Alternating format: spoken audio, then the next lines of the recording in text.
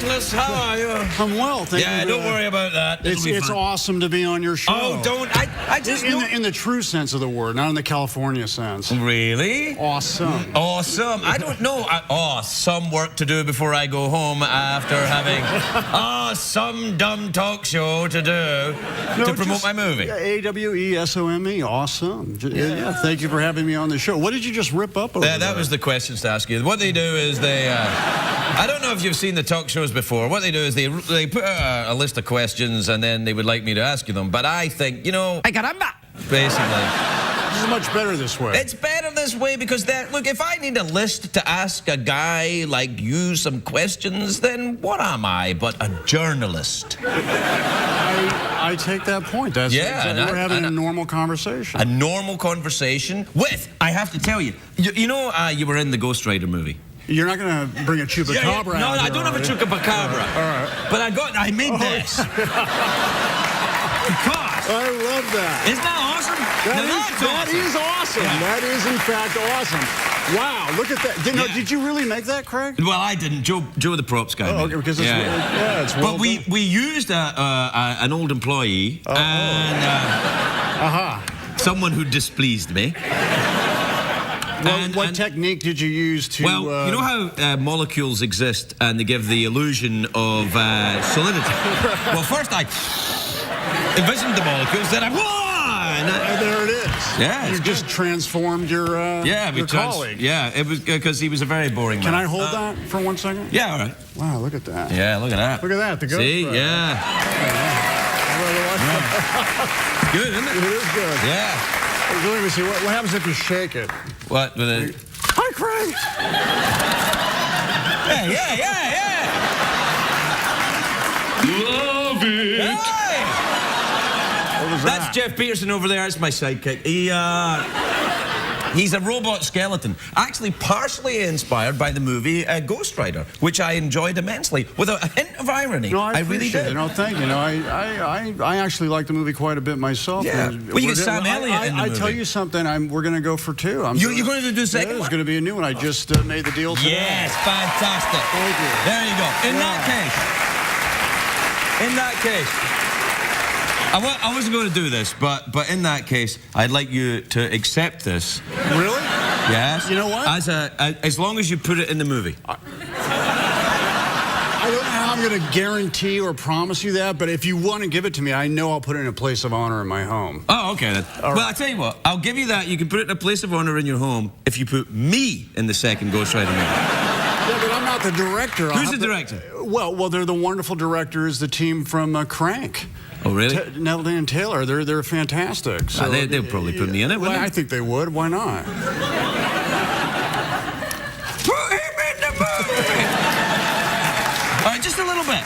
Just a little bit. Just like, so if I go, hey, whoa, look, there's a skeleton on fire. I'll do that. You are an accomplished actor. From my understanding, you've done a lot of work. Yes. First, you were a film actor. Yeah, it didn't really work out. It didn't work out. Then you were a punk rocker. Yeah, well, I was a punk rock before that. And then I was in the acting, and then I worked on the Drew Carey Show, which is not really acting. But see, I had the same interest. I love punk rock music. I love the Sex Pistols. Do you I was friends with Johnny Ramone. Really? He was one of my best friends. I loved the Ramones. That was one of the first albums I got. Was that the Ramones, just the self-titled album in front of the... And he was a great guy. Yeah. We had a lot of laughs together. But actually, punk rock and film acting, I think, go together. Because punk rock attitude in movies, I think, is what makes for interesting performances. It makes for good actors if they have an absence of vanity.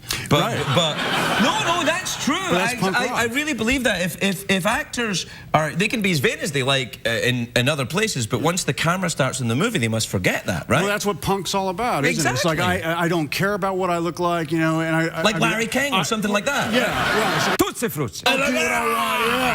Yeah. But that music holds up. I mean, it really. I mean, if you listen to Sex Pistols today, well, Jonesy is a friend of mine, and the guitarist Steve Jones, and the Sex Pistols were here. Yes, I know. Say hi to him for me. Wow, well, he's a great guy. Did you ever do his radio show? No, and I wanted to. We talked about it. Is he still doing that? Well, I think it's on the internet now, but that counts. Oh, yeah, absolutely. That's all over the place. It is. It's actually bigger than the radio station he was on before the internet. It's apparently worldwide, this web. It is true. Yeah. And Steve's good friends with Linda Ramone, Johnny's wife. Really? Really? Yeah, so it's a small world. I am getting a very strong sense that you are, in fact, much cooler than me. I don't know about that. No, That's assuming that I'm separate from you. Yeah. Oh, molecules. Right. Yeah.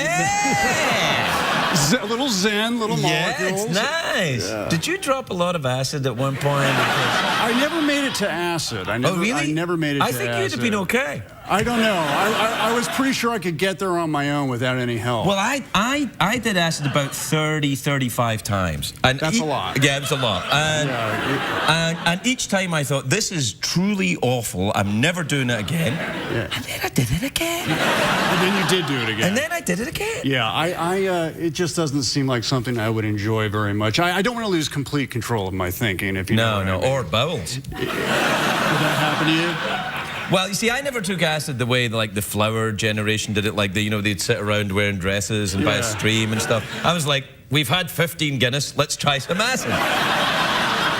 The Guinness, I understand. Yeah. That I get. Yeah, the acid, not so much. Well, what's your thing then? Are you a control freak? Do you still ride a motorcycle, right?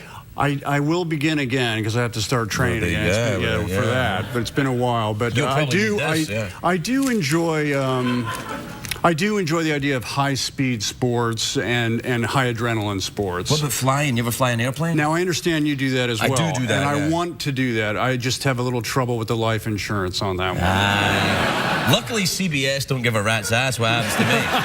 I'm not kidding. For my birthday, they give me aviation fuel vouchers for the plane. Well, they want the ratings to go up, Yeah, they're like, oh, no, you get up there, enjoy yourself. That's terrifying. Well, it's nice to feel loved. No, it's good. You think that they wouldn't allow you to fly an airplane? Not when I'm about to do a movie. Right. And, I remember once they made me sign a waiver that I would not race cars. Right. And it was the coolest thing I'd ever seen. I thought maybe Steve McQueen got one of those and framed it. I wish I still had it and framed it myself. But yeah, I used to love to race cars. I turned off at Willow Springs on turn 9, hit the wall several times. No, you don't want to do that. Yeah, so they told me to stop doing that. You know, I got something for you. You're a big advocate for marine life in the oceans and Love stuff the like ocean. Right. Yeah. I just did the shark diving in the Bahamas for Shark Week. Do that. Now I did do that once. Now you were swimming with bull sharks. Those no, not bull. Caribbean reef sharks.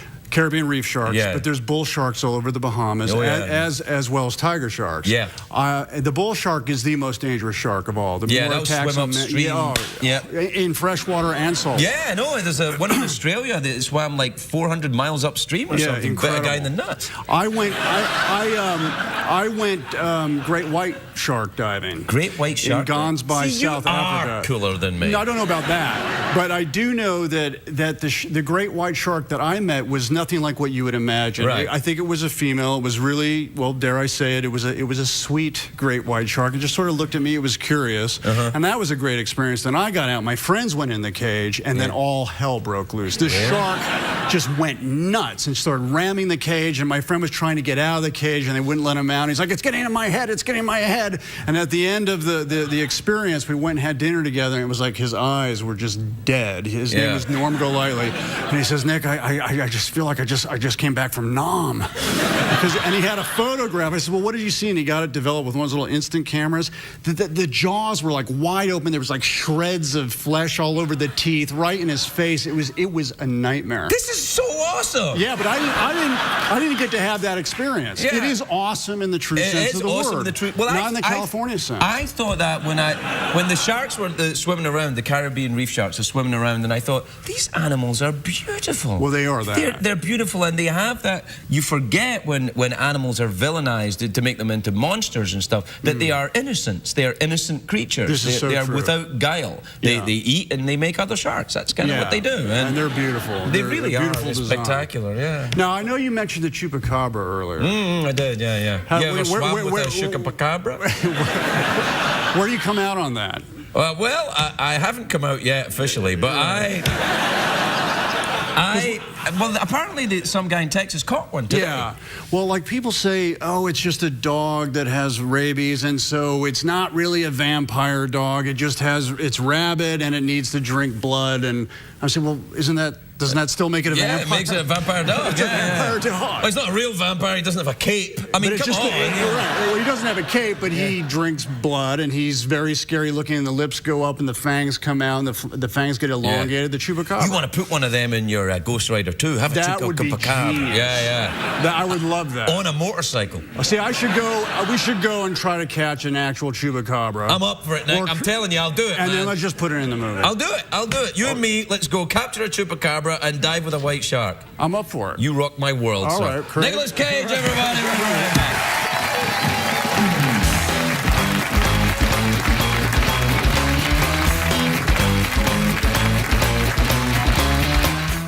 What did we learn on the show tonight, Craig?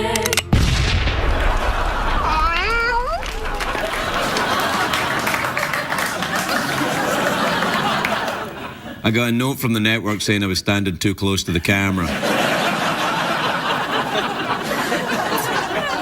They said it made my head look too big.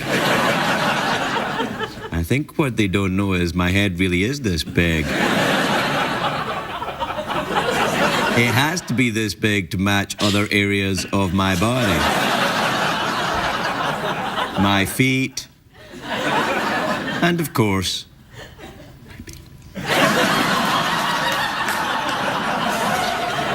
nighty-night, everybody.